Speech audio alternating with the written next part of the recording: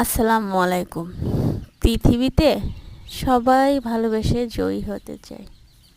কেউ পায় আর কেউ পায় না। হয়তো না পাওয়ার দলেই আছে 95%। যখন ভালোবেসেছিল পাগলের মতো, তখন তো পাত্তাই দেওয়া হয়নি। তবে এখন কেন আজ কান্না করছো? কান্না করা তো তোমার জন্য না। কান্নাই যেহেতু করবে, তখন কেন পাত্তা দাওনি?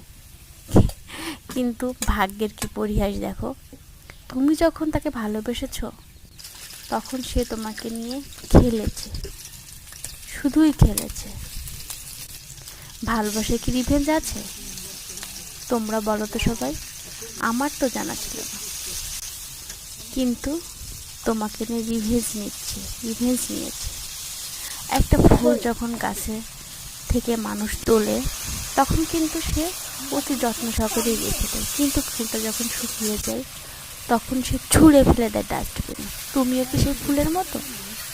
তোমাকে যখন ভালো লেগেছে তখন সে তোমাকে যত্ন করে আগলে রেখেছে, কিন্তু যখন তুমি শুকিয়ে গিয়েছো, যখন তার কাছে তুমি অকেজো হয়ে গিয়েছো, তখন সে তোমাকে ছুঁড়ে ফেলে দিয়েছে ওই ডাস্টবিনে।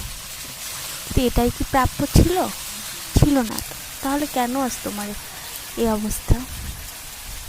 কিন্তু না, ভাগ্যের পরিহাসে তুমি তোমার জায়গায় আর সে তার জায়গায়, কিন্তু সবাই ভালো আছো।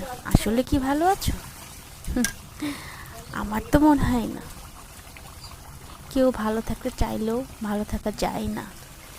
প্রতিশোধ কি শুধু ছুঁড়ে ফেলে দিয়েই হয়? না, মানুষের মনের মধ্যে যে আকুতি থাকে সেটাও তো এক ধরনের প্রতিশোধ।